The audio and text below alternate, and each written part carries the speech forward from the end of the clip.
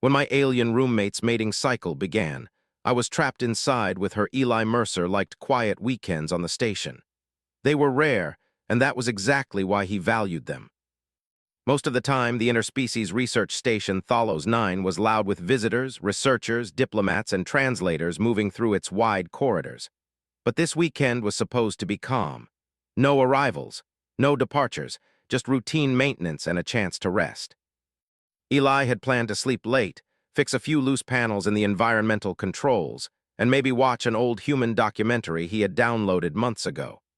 He had even made real coffee, the kind that smelled strong and comforting, instead of the station's nutrient substitute. None of those plans survived the first hour. The station lights shifted from their normal white glow to a deep amber. A low tone echoed through the living quarters, slow and steady, not an alarm but a warning. Eli sat up in his chair and frowned. "That's not maintenance," he muttered. Before he could stand, the doors to the shared apartment slid shut with a heavy metallic sound. The lock indicator turned red. Eli stared at it for a moment, then he stood and tried the panel. No response. "Okay," he said slowly. "That's new." Behind him there was a soft sound, almost like a breath catching. He turned. Cythera stood near the far wall of the room. She was taller than Eli, with long limbs and smooth, pale blue skin that faintly reflected the amber light. Normally, she carried herself with careful control, every movement deliberate. Now her posture was tense, her shoulders slightly raised, her eyes wider than usual. "You should sit down," she said. Her voice was calm, but there was something tight beneath it. Eli blinked.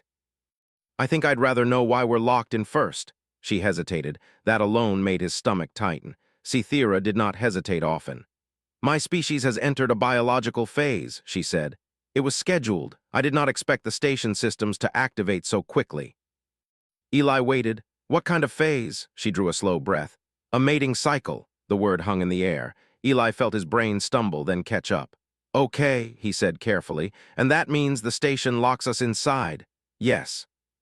"That feels like an important detail to leave out during roommate orientation." Cythera's eyes flicked toward him. "Human humor is not helping." "Sorry," Eli said. "Reflex." She moved closer to one of the walls and rested a hand against it as if steadying herself. The faint patterns in her skin, usually soft and even, were shifting, darkening and lightening in slow waves. "During this cycle," she continued, "my species experiences heightened sensory input, emotional amplification, reduced tolerance for unpredictability. For safety reasons, we are isolated, no visitors, no departures." Eli leaned back against the counter. "Safety for who?" "For everyone," she said quietly. That answer made him take her more seriously. "So how long does this last?" "Several days." Eli looked at the sealed door again. Several days. Trapped inside a shared living space with an alien going through something her species considered dangerous. "Well," he said after a moment, "we're not dead. That's a good start." Cythera looked at him as if she were unsure whether to be confused or offended. "You are not afraid," she said. "I am," Eli replied. "Just later. Right now I'm more focused on not making this worse." That seemed to surprise her. The first few hours were uncomfortable in small ways. Sounds echoed more than usual. The hum of the air system seemed louder. Cythera flinched at sharp noises, her expression tightening whenever Eli moved too quickly. Eli adapted without really thinking about it. He walked slower, spoke softer. He adjusted the lights, dimming them until the amber glow became almost gentle. He shut off unnecessary systems, creating a steady, quiet environment. "You are altering your behavior," Cythera observed. "Yeah," Eli said. "That's kind of what humans do." She watched him closely. "Most species remove themselves from potential stressors. Sometimes we don't get that option." Her skin patterns slowed slightly. The color shifts became less sharp. Hours passed. They ate in silence, though Eli noticed she barely touched her food. At one point, her hands began to tremble, small movements she clearly did not intend. "It hurts?" Eli asked. "Not pain," she said. "Pressure, everything feels closer." He nodded. "Like being in a crowded room you can't leave." She considered that. "Yes, that is accurate." Eli pulled a chair back and sat at a respectful distance. "When that happens to humans, we try grounding techniques, helps remind the brain that you're safe." She tilted her head. "Explain." He placed his feet flat on the floor. "You focus on things you can feel, solid things, the floor, the chair, your breathing." He demonstrated, slow and steady. After a moment, she copied him. Her breathing was uneven at first, but gradually it slowed. The station AI spoke once, informing them that the lockdown was active and could not be overridden. Eli ignored it. Cythera seemed relieved that the announcement ended quickly. As the cycle progressed, Cythera spoke more, not about biology but about her homeworld. About how her people valued control and structure above all else, how this cycle was considered a weakness, something to be managed and hidden. "You tolerate this without isolation," she said, watching Eli as he adjusted a loose panel in the wall. "Emotional extremes. Physical discomfort, you continue your lives. We complain a lot," Eli said, "but yeah, we keep going." "Why?" He paused. "Because stopping doesn't make it go away." That answer stayed with her. At one point, the station's external monitoring systems activated. Eli noticed the indicator lights. "Guess the council is watching." "They will be," Cythera said. "They expect failure. Us fighting, or psychological collapse." Eli snorted softly. "That's a bit dramatic. To them, it is logical."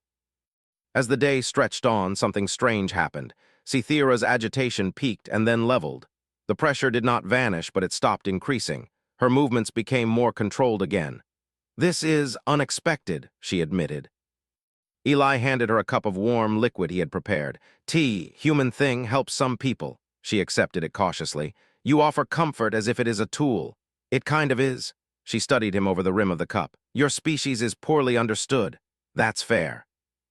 By the time the station entered its artificial night cycle, the tension in the room had shifted. It was still there, but it no longer felt sharp, more like a storm held at bay. Cythera sat near the viewport, watching the stars. "Extended exposure to a human during this phase has never been recorded," she said. Eli leaned against the wall nearby. "Guess we're pioneers." Her skin patterns glowed softly, steady and calm. "If this data is accurate, it may change how my species views yours."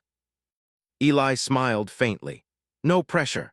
Outside the locked apartment, sensors recorded something unusual. Not chaos, not danger, stability. And the observers did not yet understand why. The artificial night on the station passed more gently than Eli expected. He slept in short stretches on the couch, waking often to check the room, the lights, the sound levels. Each time he woke, Cythera was awake as well, sitting quietly near the viewport or standing very still, as if movement itself required planning. By the time the station lights shifted back toward a soft morning glow, something had changed. The tension in the room was still present, but it no longer felt like a warning siren. It felt like pressure held inside a strong container. Cythera noticed it too. "This stage usually escalates further," she said. "There is confusion." Eli rubbed his eyes. "You're saying it's supposed to be worse?" "Yes. Let us be glad it's not," he replied. She studied him carefully. "You did not withdraw, you did not attempt dominance or avoidance. You adjusted. Humans are good at adjusting," Eli said. "We don't always like it, but we do it anyway." Outside their apartment, the Galactic Council observers watched quietly. Data streamed across their displays, stress markers, emotional spikes, environmental feedback. None of it matched expected outcomes. Inside, Eli focused on routine. He made breakfast. Real food, slow and simple. He kept movements predictable. He spoke before changing anything in the room. "I'm going to open the storage panel," he would say. Or, "I'm going to adjust the lights a little." Each time, Cythera nodded, grateful for the warning. "You narrate your actions," she observed. "Helps people feel safe," Eli said. "Kids, pets, adults, everyone really." "My species considers safety to be enforced, not shared," she said. "That sounds exhausting." She made a soft sound that might have been a laugh. As the hours passed, Cythera became more reflective. The cycle still influenced her emotions, but instead of overwhelming her, it seemed to open something. She asked questions. "Do humans not fear losing control?" "All the time," Eli answered. "Yet you continue." "Because control isn't the same as stability." That answer stayed with her. At one point, the station AI spoke again, informing them that the lockdown remained active and that external override was denied. Eli noticed Cythera tense slightly, then relax again. "You are calmer when the system speaks," he said. "It confirms expectations," she replied. "Uncertainty is worse than confinement." Eli nodded. "We say the same thing during storms." She turned toward him. "Your species survives storms often." "Too often." The council observers noticed another anomaly. Cythera's biological readings were stabilizing ahead of projected timelines. Emotional spikes flattened. Sensory overload indicators decreased. One of the observers spoke quietly. This should not be possible. Inside the apartment, Scifi sat on the floor, something she rarely did. Eli sat nearby, not too close. "There is something I do not understand," she said. "You gain nothing from this." Eli shrugged. "I gain a roommate who doesn't feel alone." "That is not a measurable benefit. Most important things are," she looked at him for a long moment, "your species accepts discomfort for others." "Not always," Eli admitted, "but we try at our best." The cycle reached what should have been its peak and passed without incident. No breakdown, no emergency protocols, no fear response from Eli beyond careful awareness. When the station lights shifted again, signaling the approaching end of isolation, Scifi felt something unexpected, reluctance. "The cycle is ending," she said quietly.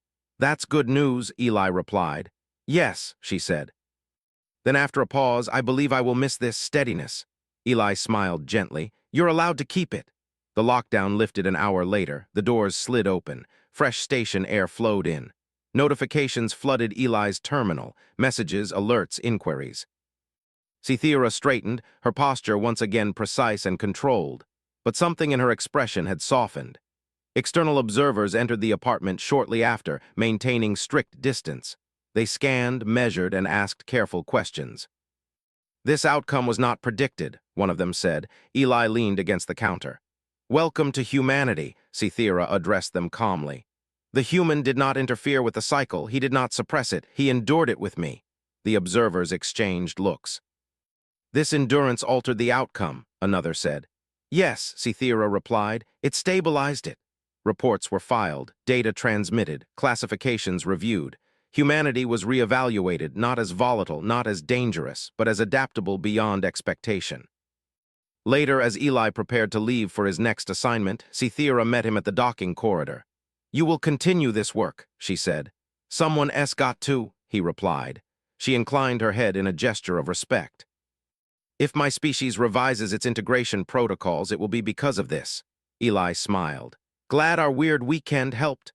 As he walked away, observers noted one final thing. Humans did not conquer the unknown, they stayed with it. And that the galaxy was beginning to understand was far more powerful. The station felt different after Eli left. Scifi noticed it the moment the docking corridor sealed behind him. The air was the same. The lights were the same. The sounds followed the same careful rhythms. And yet something steady had gone missing, like a quiet vibration that had once held everything in place. She returned to the shared apartment alone. The room had already been reset by station systems, furniture aligned perfectly. Environmental settings restored to her species, standard preferences. Even the lighting had shifted to the cooler tones her people favored. It should have felt right. It did not. She stood in the center of the room for a long time, hands at her sides, patterns on her skin slow and thoughtful. The mating cycle had ended completely. Her biology was calm, controlled, predictable, and yet her thoughts were not. During her report to the council, she had spoken clearly and precisely. She had described the human's behavior, the data, the outcomes. She had used proper terms, but there were things she had not said. She had not said how the human's presence made the confinement feel smaller. She had not said how his voice, steady and unremarkable, had helped her thoughts organize themselves. She had not said how his willingness to remain without obligation had changed her understanding of safety. Those were not data points. Those were experiences. The council session resumed 2 days later. Scifi stood before the projection field, her posture formal, her expression neutral. Around her, representatives of many species appeared as shifting shapes and symbols, each observing from their own distant worlds. "The human endurance response remains under review," one voice said. "It is inefficient," Scifi answered calmly. "It is effective," another voice followed. "Effectiveness without enforcement is unstable." "On the contrary," she replied, "it creates internal regulation." There was a pause. "Explain." She took a slow breath. "The human did not attempt to control my cycle. He did not suppress it. He remained present. That presence reduced stress responses without triggering resistance. This contradicts established models." "Yes," Scifi said. "So did the outcome?" The council requested further observation, more human integration, more data. Scifi accepted the assignment without hesitation. Weeks later, Eli Mercer was working on a remote relay station when his terminal chimed. He wiped his hands and checked the message. It was from Cythera, short, direct, requesting human liaison support, same station class, extended duration. Eli leaned back in his chair and smiled. "Guess I made an impression," he said to no one. When he arrived at the new station, it was larger, more complex, and far more crowded. Multiple species shared overlapping spaces. Tension was already present. Cythera met him at the entry corridor. She looked the same, precise and composed, but her eyes softened slightly when she saw him. "You accepted quickly," she said. "I trust your judgment," Eli replied, "and I figured you wouldn't ask unless it mattered." She nodded. "It matters." The first incident happened within hours. Two species disagreed over shared environmental settings. Temperature, light frequency, sound levels. The discussion escalated toward protocol enforcement. Eli watched quietly, then he spoke. "What if we adjust in cycles?" he suggested. "Not perfect for anyone, but manageable for everyone." The room went still. "That is inefficient," one representative said. "Yeah," Eli replied, "but it works." Cythera watched as the tension eased, not because the problem vanished, but because someone was willing to stay in the discomfort long enough to shape it. Over the following days, similar moments repeated. Humans adjusted schedules, explained actions, accepted inconvenience without demanding compensation. Other species noticed. "Why do you endure this?" one asked Eli. He shrugged. "Because leaving doesn't help."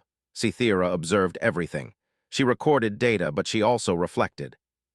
Her species had always believed stability came from control, from isolation, from strict boundaries. Humans showed her another path, not control, balance. One evening after a long day of negotiations, Cythera and Eli stood near the viewport, watching a distant star drift slowly past. "You have altered council assumptions," she said. "Happy accident," Eli replied. "No," she said softly. "A pattern." She turned to face him. "Your species does not eliminate discomfort, you coexist with it." Eli thought for a moment. "We don't really have a choice. That may be your greatest strength." Months passed. Human liaisons became common, not as leaders, not as enforcers, but as stabilizers. When biological cycles intensified, when cultural misunderstandings threatened cooperation, when systems failed and uncertainty rose, humans stayed. Cythera submitted her final report a year later. It was shorter than expected. "The human species," she concluded, "does not dominate through force or superiority. They endure uncertainty, emotional strain, and prolonged imbalance without withdrawal. Their presence reduces escalation by sharing burden rather than shifting it." The council reviewed it in silence. Reclassification followed. Humans were no longer listed as volatile, they were listed as anchors. On a quiet station far from council chambers and data streams, Eli and Cythera shared another calm moment. No crisis, no cycle. Just stars and silence. "This is easier now," Cythera said. Eli smiled. "You learned to sit with it." "Yes," she said. "From you?" The galaxy continued to change, slowly and without drama, not because humans conquered it, but because they stayed when others could not. The change did not happen all at once. It never did. At first, it was small things. Reports that mentioned human presence lasting longer than required. Requests for human advisors in places where no crisis had yet occurred. Quiet notes in council records that used words like stabilizing and consistent instead of unpredictable and volatile. Cythera noticed every one of them. She had been assigned to observe and coordinate several mixed species stations now. Her role was no longer limited to research. She was a bridge, whether she had planned to be or not, and wherever she went, humans were already there or arriving soon after. Eli Mercer continued his work without ceremony. He fixed systems. He adjusted environments. He listened when others spoke and waited when silence was needed. He did not consider himself important, which somehow made his presence even more effective. On one station near the edge of mapped space, a long-term habitation project began to fail before it was fully established. Species with very different biological needs shared the same closed environment. Heat levels conflicted. Light cycles clashed. Sleep patterns overlapped badly. Frustration built slowly, like pressure inside a sealed container. Council protocols suggested strict rotation schedules and enforced isolation periods. Cythera reviewed them and hesitated. She requested human consultation instead. Eli arrived 2 days later. He walked through the station, observing more than speaking. He watched how people moved, where they paused, where tension gathered in corners and corridors. Finally, he spoke. "You're trying to make the space perfect," he said gently. "That's the problem," one of the representatives reacted sharply. "Perfection ensures stability." "No," Eli replied. "Adaptation does." He suggested shared discomfort. Not equal, not fair by strict measurement, but balanced over time. Small sacrifices from everyone instead of extreme control over anyone. It was not an easy idea to accept, but it worked. The station did not become ideal. It became livable. Cythera recorded the outcome, but she also felt something else. Pride, perhaps, or recognition. Her species had once believed that enduring biological cycles required isolation and control. Now she saw endurance everywhere, practiced quietly by humans who did not even give it a name. One cycle after another, one crisis after another, the pattern repeated. Humans did not fix the galaxy. They made it possible to remain inside problems long enough for solutions to grow. During a rare pause between assignments, Cythera invited Eli to walk with her through a station garden. It was an experimental space designed to test shared sensory environments. Soft light, slow-moving air, living plants from multiple worlds. "You are becoming known," she said. Eli chuckled. "That sounds dangerous." "Fame often is," she agreed. "But this is not fame. It is reliance." He stopped walking and looked at her. "You don't sound sure that's a good thing?" "It is efficient," she said, "but it also creates dependency." Eli considered that. Then the goal shouldn't be for humans to replace anyone. Just to help others learn the same endurance. She watched him closely. "You believe this can be taught?" "I think it can be shared." The council called another session not long after. This time the tone was different, less suspicion, more curiosity. "We request clarification," one representative said. "Why does human presence reduce escalation without authority?" Cythera answered slowly. "Because humans do not remove discomfort. They normalize it. Others stop fighting the feeling and start managing it." Another voice followed. "This suggests a flaw in our models." "Yes," she said. "They assume discomfort must be eliminated to restore stability." Silence followed. Models began to change. Training programs were revised. New categories were added. Emotional endurance. Shared burden tolerance. Adaptive presence. None of them fully captured it. Eli did not attend the council sessions. He did not need to. His work continued, station by station, person by person. He drank bad coffee, slept in temporary quarters. Learned new greetings and forgot them just as quickly. Sometimes he thought about that first locked apartment. The amber lights, the quiet breathing, the choice to stay instead of retreat. He realized that moment had shaped him too. He no longer saw discomfort as something to escape. It was simply a condition, one that could be navigated. Cythera changed as well. Her species noticed it. She spent less time in isolation chambers. She tolerated unpredictability longer. She allowed conversations to wander without forcing structure. When asked why, she answered honestly, "I learned that control is not the same as safety." The galaxy continued to shift, slowly, without conquest. On a distant station, a young non-human technician experienced the early stages of a difficult biological cycle. Protocol suggested isolation. Instead, a human coworker stayed nearby.